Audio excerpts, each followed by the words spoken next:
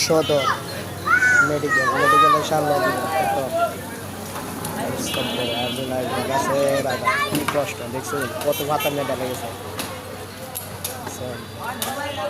এরকম কষ্ট গাছ কাটতেছে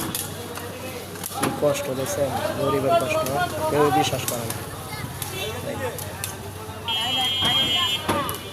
গরিব গরিব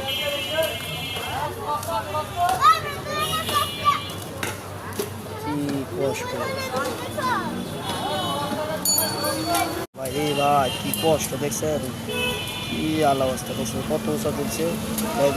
কত সুন্দরভাবে নিচে নামাইছে আর কিন্তু সদরের সামনে এটা কিন্তু বুঝছেন আর সবাই এর জন্য